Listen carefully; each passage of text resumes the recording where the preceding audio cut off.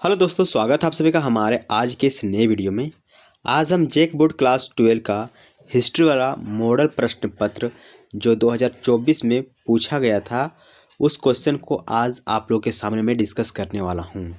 अगर वीडियो आपको अच्छा लगे तो ज़रूर एक लाइक कीजिएगा। आइए जानते हैं आज का पहला प्रश्न क्या है। पहला प्रश्न आपके सामने है, निम्न में से कौन सा स्थल रावी नदी के किनारे पर विकसित हुआ है। 4 ऑप्शन आपके सामने हैं। अगर आपको इसका आंसर पता है तो ज़रूर कमेंट में जवाब दीजिएगा। वैसे इस क्वेश्चन का जो सही आंसर है वो है ऑप्शन डी, हड़प्पा। आइए इसको बहुत ही विस्तार से हम जानने का प्रयास करते हैं। तो हमारा जो हड़प्पा है ये रावी नदी के तट पर स्थित था। सिंधु घाटी सभ्यता की खोज सबसे पहले कब हुई थी? 1921 में। 1921 में सिंधु घाटी सभ्यता की सबसे पहली खोज हुई थी, जो कि पाकिस्तान में स्थित था। पाकिस्तान के कहाँ पर? पश्चिमी पंजाब प्रांत में। ये जो हमारा रावी नदी है ये एक सिंधु नदी की सहायक नदी है और वो भी बाएं ओर से आकर मिलती है, यानी बाएं किनारे की सहायक नदी हम कहेंगे। यहाँ पर आपको एक चित्र देखने को मिल रहा है। इस चित्र के माध्यम से आप आसानी से समझ पाएंगे कि किस प्रकार हमारा जो रावी नदी है ये सिंधु नदी की एक सहायक नदी है। तो यहाँ पर जो आपको ये मोटा सा ब्लू वाला नदी देखने को मिल रहा है ये है हमारा सिंधु नदी, और रावी नदी ये देखिए बाएं ओर से आके मिल रही है, और यहीं पर हमारा हड़प्पा सभ्यता विकसित हुआ था। ओके दोस्तों, आइए जानते हैं अगला क्वेश्चन क्या है। अगला क्वेश्चन है, हड़प्पा सभ्यता का सबसे बड़ा स्थल कौन सा है? ऑप्शन है मोहनजोदड़ो, हड़प्पा, कलिबंगा, लोथल। तो हड़प्पा सभ्यता का सबसे बड़ा स्थल मोहनजोदड़ो है। वैसे नाम से ही पता चल रहा है कितना बड़ा इसमें शब्द है, मोहनजोदड़ो। तो हड़प्पा सभ्यता का सबसे बड़ा स्थल कौन सा है? मोहनजोदड़ो। आइए इसको और विस्तार से हम जानते हैं। सिंधु घाटी सभ्यता के प्रमुख स्थलों में जो मोहनजोदड़ो है सबसे बड़ा है। वहीं अगर हम बात करें भारत में सबसे बड़ा स्थल अगर कोई है तो वो है राखीगढ़ी, यानी भारत में खोजा गया हड़प्पा सभ्यता का सबसे बड़ा स्थल राखीगढ़ी है। ओके, नेक्स्ट प्रश्न की ओर चलते हैं। लेकिन प्रश्न से पहले यहाँ पर मैं आपको अन्य बातों की भी जानकारी देना चाहता हूँ, क्योंकि प्रश्न यहीं से आपके बनेंगे। आइए जानते हैं पहले मोहनजोदड़ो के बारे में, फिर राखीगढ़ी के बारे में जानेंगे और फिर कलिबंगा के बारे में जानेंगे। इसका पीडीएफ आपको बिल्कुल मिलेगा, चिंता मत कीजिएगा। नीचे कमेंट में टाइप कीजिएगा पीडीएफ। मैं आपको टेलीग्राम का लिंक दे दूंगा, वहाँ से जाकर इसको डाउनलोड कर लीजिएगा। तो पहले हम जानते हैं मोहनजोदड़ो के बारे में कुछ खास बातें। यह पाकिस्तान में स्थित है। कहाँ पर? पाकिस्तान में कहाँ पर? लरकाना ज़िले में, पाकिस्तान के सिंध प्रांत के लरकाना ज़िले में। माना जाता है कि जो हमारा मोहनजोदड़ो है यानी हड़प्पा सभ्यता का सबसे बड़ा जो स्थल है वो 125 हेक्टेयर में फैला था। ओके, 125 हेक्टेयर में फैला था। मोहनजोदड़ो की सबसे बड़ी इमारत अन्नागार और धनन्नागार है। ओके, अब आइए जानते हैं राखीगढ़ी के बारे में। यह हरियाणा के हिसार जिले में स्थित है। राखीगढ़ी हरियाणा में स्थित है। यह घग्गर नदी के आसपास विकसित हुआ था, इसको याद कर लीजिएगा। यानी घग्गर नदी के आसपास में राखीगढ़ी हमें देखने को मिलता था उस समय, या कहें तो अभी इसका थोड़ा सा हमें प्रमाण देखने को मिलेगा अगर हम हरियाणा के हिसार जिले की ओर जाएंगे तो। उसके बाद कलिबंगा के बारे में आइए बात करते हैं। यह राजस्थान के हनुमानगढ़ जिले में स्थित है। कलिबंगा कहाँ पर है? हनुमानगढ़। कहाँ का? राजस्थान का। यह भी घग्गर नदी के ही आसपास में विकसित हुआ था, और ये हमें देखने को कहाँ पर मिलेगा? भी दक्षिणी तट पर, यानी जो हमारा घग्गर नदी है उसके दक्षिणी तट पर यह स्थित है। कलिबंगा का नाम काली चूड़ियों के टुकड़े के सघन वितरण से लिया गया है। यानी यहाँ पर जो कलिबंगा स्थल है वहाँ पर काली चूड़ी बनाई जाती थी। क्या बनाई जाती थी दोस्तों? उस समय वहाँ पर काली चूड़ी बनाई जाती थी, कलिबंगा। ओके, नेक्स्ट प्रश्न आपके सामने है। सिंधु घाटी सभ्यता का प्रमुख बंदरगाह कौन सा था? ये प्रश्न आप में से मैक्सिमम स्टूडेंट को पता होगा। तो उस समय का एक प्रमुख बंदरगाह हमारा लोथल था। क्या था? लोथल। आइए लोथल के बारे में अन्य जानकारी हम प्राप्त कर लेते हैं। सिंधु घाटी सभ्यता का सिंधु घाटी सभ्यता का एकमात्र बंदरगाह शहर लोथल था। यह गुजरात के अहमदाबाद जिले में स्थित है। लोथल साबरमती और उसके सहायक नदी भगवा के बीच बसा है। ये जो हमारा लोथल है ये साबरमती नदी और जो हमारा भगवा नदी है उसके बीच में ये बसा हुआ है। और ये कहाँ पर है लोथल? ये है गुजरात के अहमदाबाद में। वर्तमान में अभी हमारा जो गुजरात राज्य है वो भी एक कोस्टल स्टेट है, यानी समुद्र तट से लगा हुआ एक राज्य है और वहाँ पर आपको बहुत सारे बंदरगाह देखने को मिलता है। सेम उसी प्रकार इतिहास में हम जानते हैं कि जो हमारा लोथल है वो गुजरात राज्य में स्थित था और उस समय वहाँ की बंदरगाह यही थी, एकमात्र बंदरगाह। अगला प्रश्न आपके सामने है, बौद्ध साहित्य के अनुसार भारत में कितने महाजनपदों का विकास हुआ था? ऑप्शन ए इसका जो कि सही आंसर है दोस्त 16। बौद्ध साहित्य के अनुसार भारत में टोटल महाजनपदों का जो संख्या बताई जा रही है वो है 16। यहाँ आपको देखने को मिलेगा कि प्रारंभिक बौद्ध एवं जैन साहित्यों में उस समय के महाजनपद का वर्णन मिलता है। वे 16 महाजनपदों की एक सूची प्रस्तुत करते हैं। संभवतः 6ठी शताब्दी ईसा पूर्व के आसपास आधुनिक पाकिस्तान और अफगानिस्तान के कंधार से लेकर बंगाल सीमा तक पूरी भारतीय उपमहाद्वीप मोटे तौर पर 16 प्रमुख विरासतों में विभाजित था। यानी प्रश्न ये कह रहा है कि अफगानिस्तान से लेकर हमारा जो बंगाल है वहाँ तक उस समय टोटल 16 भागों में उसको बांट दिया गया था। जिस प्रकार अभी हमारा जो भारत है उसको राज्यों में बांट दिया गया है ताकि उसका प्रशासन अच्छा से चलाया जा सके। सेम उसी प्रकार आधुनिक काल में भी आपको देखने को मिल रहा है और प्राचीन काल में भी आपको देखने को मिल रहा है, जिसको हम महाजनपद के नाम से जानते हैं। और महाजनपदों की संख्या टोटल कितनी थी? 16।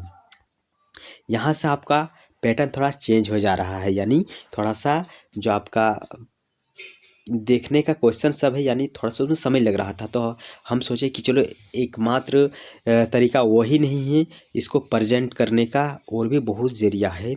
तो मैंने स्क्रीनशॉट को काट कर यहाँ पर आप लोगों के लिए फिट कर दिया हूँ। अब आप आसानी से समझ पा रहे होंगे कि ये वही प्रश्न है जो 2024 में मॉडल प्रश्न के रूप में जैक ने प्रोवाइड किया था। ओके दोस्तों, प्रश्न देखिए क्या है, दक्षिण भारत में स्थित भारत का एकमात्र महाजनपद कौन सा था? तो दक्षिण भारत में स्थित एकमात्र जो महाजनपद था, यानी टोटल महाजनपदों की संख्या कितनी थी? 16। उनमें से दक्षिण भारत में एकमात्र जो महाजनपद था वो था अस्मक। क्या था? अस्मक। अस्मक क्या? अस्मक ये दक्षिण भारत में एकमात्र था, यानी साउथ में। अस्मक प्राचीन भारत के 16 महाजनपद में से एक था। ईसा पूर्व 6ठी शताब्दी में, यानी आज से लगभग 26 वर्ष पूर्व प्राचीन भारत में 16 महाजनपद थे। इनमें से अस्मक महाजनपद एकमात्र दक्षिण में स्थित महाजनपद था।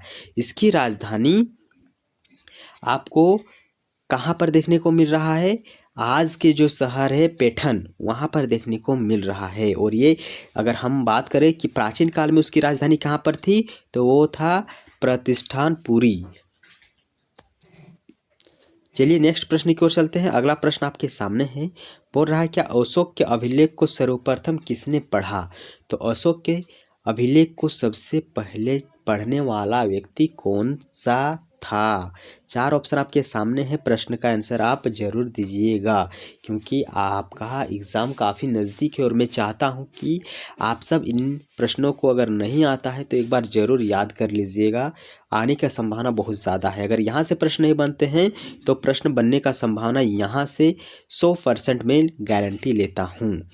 अगर प्रश्न इस प्रकार का बनता है तो यहाँ से ज़रूर आपको देखने को मिलेगा। तो अभी फ़िलहाल आप इस प्रश्न का आंसर ज़रूर दीजिए। तो इसका जो सही आंसर है दोस्त वो है जेम्स प्रिंसेप। तो जेम्स प्रिंसेप ने अशोक के अभिलेखों को सबसे पहले पढ़ा। किसने? जेम्स प्रिंसेप ने। जेम्स प्रिंसेप जो कि एक विदेशी व्यक्ति था। तो ऑप्शन सी जो किसका सही आंसर है आपको पता चल गया। अशोक के अभिलेखों को सबसे पहले जेम्स प्रिंसेप ने पढ़ा। जेम्स प्रिंसेप एक अंग्रेज व्यक्ति था, अंग्रेज विद्वान एवं पुरातात्विक थे।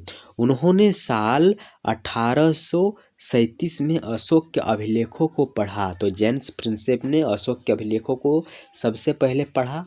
कब पढ़ा? 1837 में उसने पढ़ा। अगला क्वेश्चन आपके सामने है, इंडिका किसकी रचना है? यानी इंडिका एक पुस्तक है, उसका लेखक कौन है आपसे पूछ रहा है। तो इसका सही आंसर होगा ऑप्शन ए मेगास्थनीज। मेगास्थनीज ने इंडिका पुस्तक को लिखा। इंडिका पुस्तक को यूनानी लेखक यानी मेगास्थनीज कहाँ का था? यूनान का था। तो यूनानी लेखक ने लिखा। यह किताब मौर्यकालीन भारत के बारे में हमें बताता है, यानी जिस समय भारत में मौर्य का शासन चल रहा था उस समय के बारे में हमें यह पुस्तक बताता है। इसमें मौर्यकालीन भारत के समाज, नगरों, भूगोल, प्रशासन और सैन्य संगठनों का हमें अच्छा से विवरण प्रस्तुत करता है। अगला क्वेश्चन आपके सामने है, महाभारत का युद्ध कुरुक्षेत्र में कितने दिनों तक चला? यानी जो महाभारत का युद्ध है वह कितने दिनों तक चला आपसे प्रश्न पूछ रहा है। तो इसका सही आंसर क्या होगा? Option B. ओके, 18 दिन तक महाभारत का युद्ध चला था। तो महाभारत का युद्ध 18 दिनों तक चला था। इस युद्ध में एक तरफ कौरव की सेना थी तो दूसरी तरफ पांडव की सेना। आपसे पूछ लिया जाएगा कि जो महाभारत का युद्ध लड़ा गया था तो उसमें कौन और मतलब कौन कौन लड़ रहे थे? तो आपका आंसर रहेगा कौरव और पांडव। इस युद्ध में भगवान कृष्ण भी शामिल थे लेकिन उन्होंने हथियार नहीं उठाया। तो भगवान कृष्ण ने भी इस युद्ध में जरूर शामिल हुए लेकिन उन्होंने हथियार नहीं उठाए, बल्कि उन्होंने अपने सैनिकों को, अपने साथियों को कुछ उपदेश दिए जिसके माध्यम से वो इस युद्ध को जीत सके।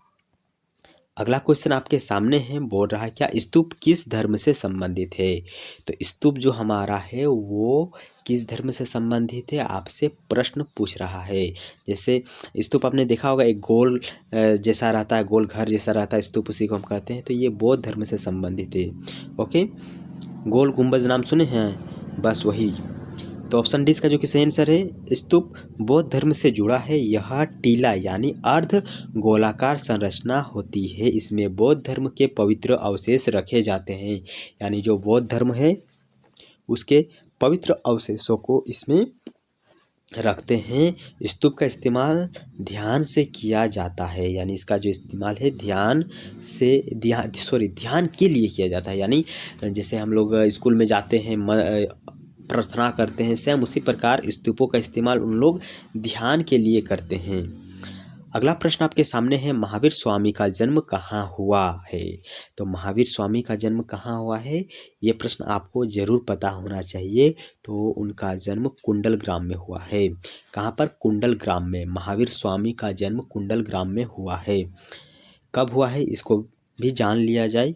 तो महावीर स्वामी जो है उनका जन्म, जैसे फ्लिपकार्ट से या दुकान से कोई सामान परचेस करते हैं ना, खरीदते हैं, तो उसमें लिखा हुआ रहता है ना 599, 499, सेम उसी प्रकार याद रखिए महावीर स्वामी का जन्म 599 वर्ष पहले वैशाली के गणतंत्र के कुंडल ग्राम में हुआ है। और वो एक क्षत्रिय परिवार से संबंधित थे।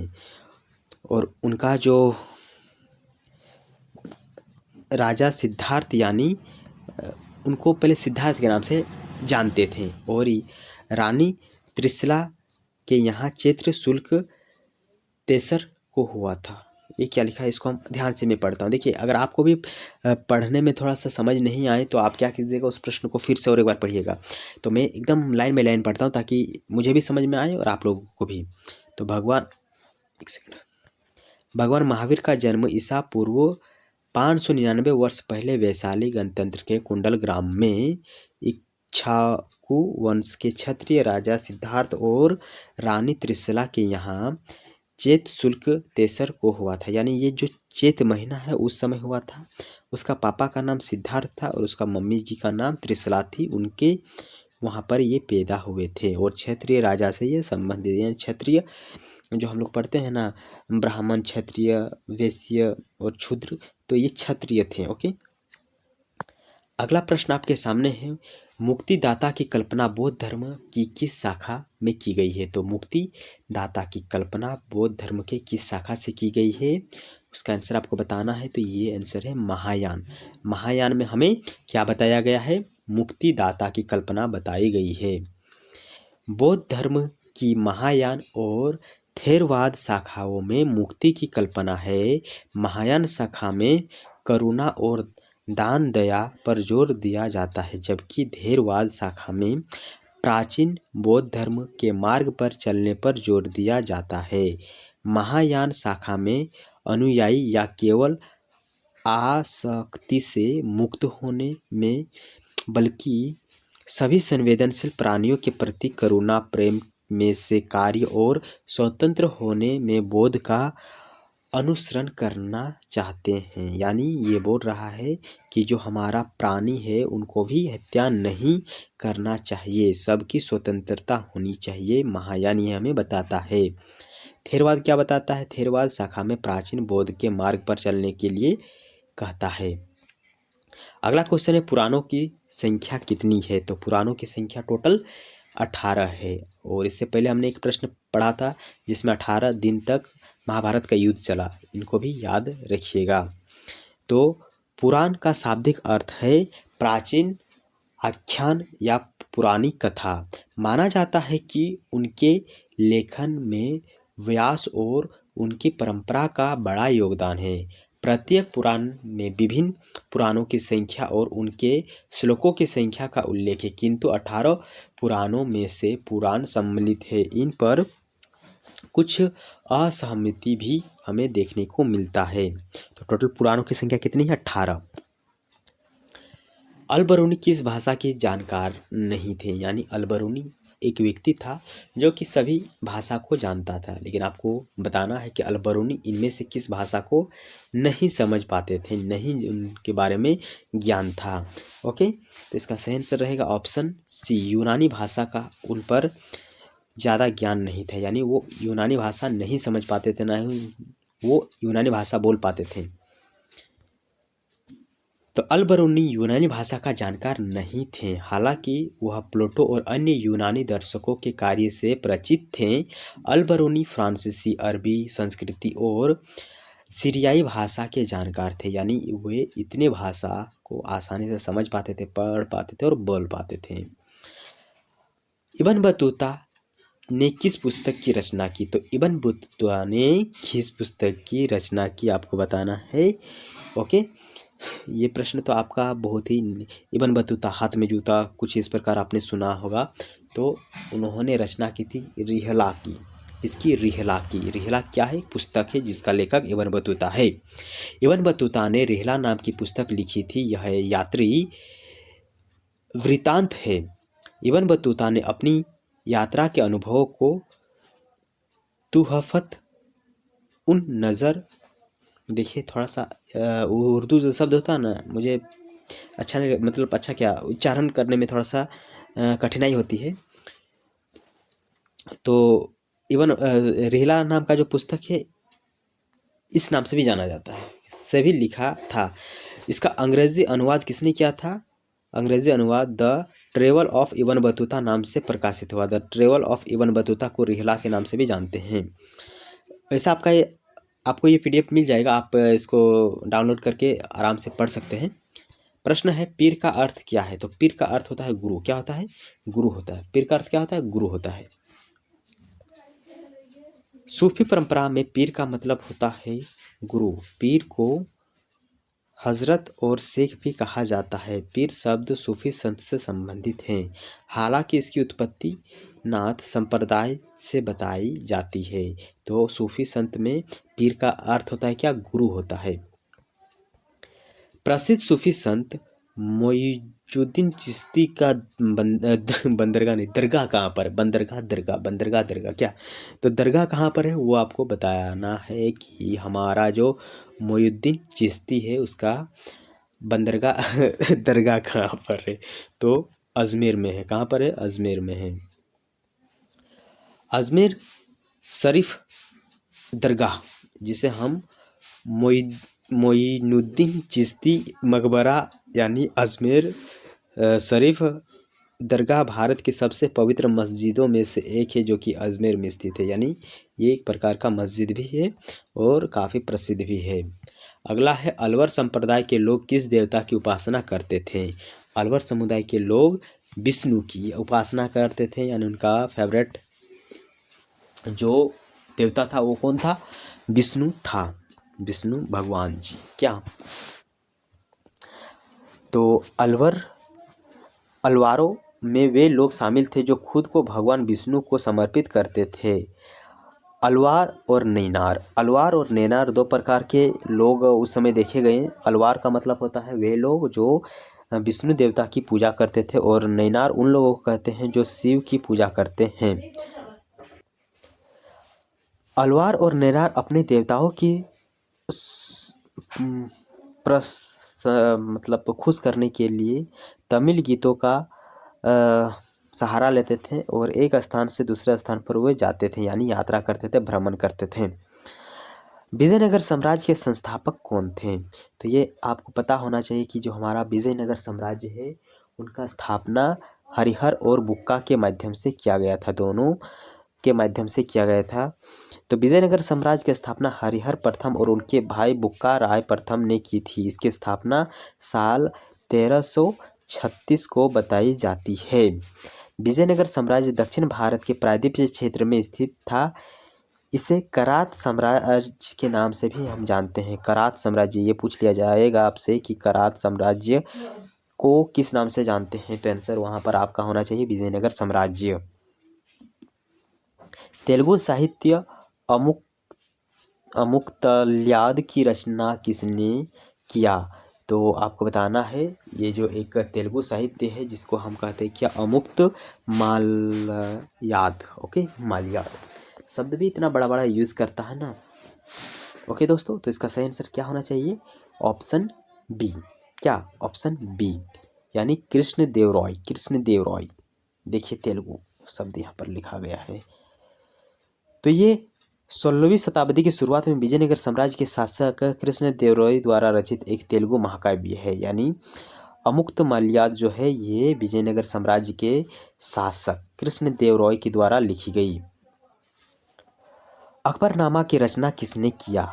तो अकबरनामा की रचना करने वाला व्यक्ति का नाम और कुछ नहीं बल्कि अबुल फजल है। अबुल फजल ने अकबरनामा की रचना की। अकबरनामा अकबर की पुस्तक है। तीसरे मुगल साम्राज्य अकबर के शासनकाल का आधिकारिक इतिहास है, जिसे अकबर ने स्वयं लिखा था और उनके दरबारी इतिहासकारों और जीवनी लेखक अबुल फजल ने लिखा। यानी अबुल फजल और वे स्वयं अकबर के माध्यम से लिख रहे थे। नेक्स्ट प्रश्न आपके सामने है, संथाल विद्रोह कब हुआ? संथाल विद्रोह कब हुआ? ऑप्शन ए 1855 में। कब? 1855 में। संथाल विद्रोह जो कि झारखंड का झारखंड और उसके आसपास के क्षेत्र में हुआ था, इसलिए ये प्रश्न जेक बोर्ड के नज़रिए से बहुत इंपॉर्टेंट बन जाता है। तो मैं चाहता हूँ कि आप जो संथाल विद्रोह है इससे संबंधित जितना भी प्रश्न बनता है उनको एक बार जरूर कर लीजिएगा। तो हमारा जो संथाल विद्रोह है वो 1855 और 56 ईस्वी में हुआ था। संथाल विद्रोह बिहार के राजमहल पहाड़ियों यानी अब के झारखंड में बसे संथाल जनजातियों द्वारा अंग्रेज एवं जमींदारों के खिलाफ ये विद्रोह था। संथाल विद्रोह का नेतृत्व बोले लीडर जो था वो था सिंधु और कान्हू ने किया था। सन 1855-56 के दौरान संथाल विद्रोह हुआ, तो इसका नेतृत्व कौन कर रहा था? सिंधु कान्हू ने कर रहा था। एक सिंधु कान्हू यूनिवर्सिटी भी है, पढ़ लीजिएगा उसके बारे में। दाहिम एकोह क्या है? दाहिम एकोह क्या है दोस्त? तो ये क्या है आपको बताना है। तो ये संथालों की भूमि है। दाइम एकोह क्या है? दाइम एकोह संथालों की भूमि है। दाइम एकोह या कभी कभी केवल दाइम के रूप में भी इसे संदर्भित हम करते हैं। राजमहल पहाड़ियों के वनाच्छिद पहाड़ी क्षेत्र को ये हम यूज़ करते हैं। मोटे तौर पर भारतीय राज्य झारखंड में यह हमें साहेबगंज में देखने को मिलता है। दाइम एकोह क्या है? एक क्षेत्र है। 1793 में जब अस्थायी बंदोबस्त लागू हुआ तो उस समय बंगाल के गवर्नर कौन थे? आपसे प्रश्न पूछ रहा है, जब अस्थायी बंदोबस्त लागू हुआ था तो उस समय हमारे बंगाल में गवर्नर कौन थे? ऑप्शन 20 का जो कि सही आंसर होने वाला है कॉर्नवालिस। कौन? Cornwallis. Lord Cornwallis fort William presidency के गवर्नर जनरल रहे थे। वह बंगाल का गवर्नर जनरल थे। उन्होंने 1793 ईस्वी में बंगाल में अस्थायी बंदोबस्त के रूप में एक नए राजस्व पद्धति की शुरुआत की। नेक्स्ट प्रश्न की ओर चलते हैं।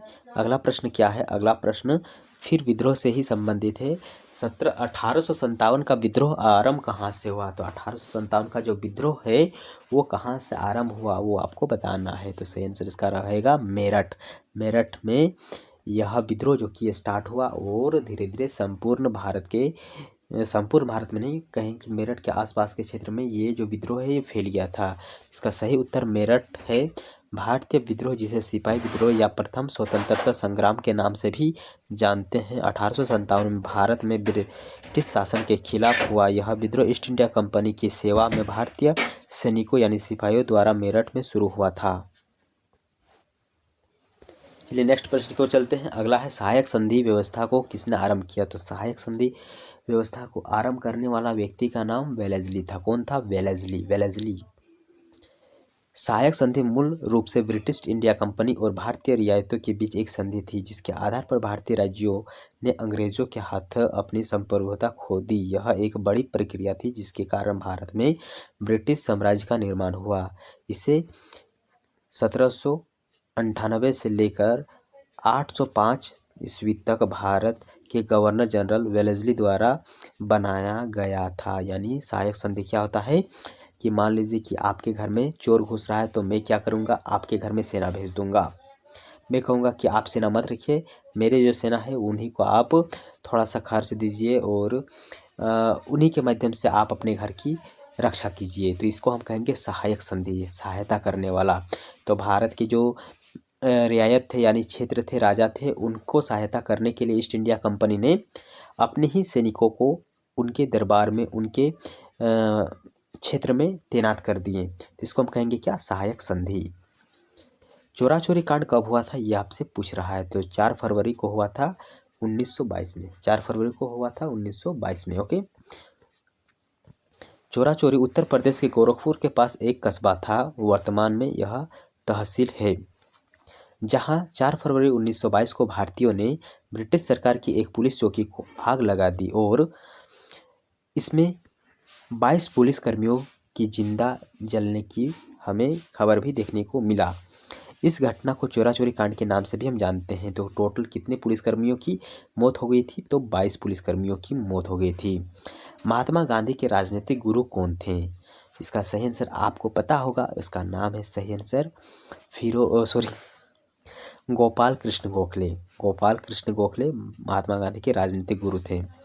गोपाल कृष्ण गोखले उदारवादी नेता थे। ये एक प्रकार के उदारवादी नेता थे। गोखले सांध्य एवं साधन दोनों की पवित्रता में विश्वास करते थे।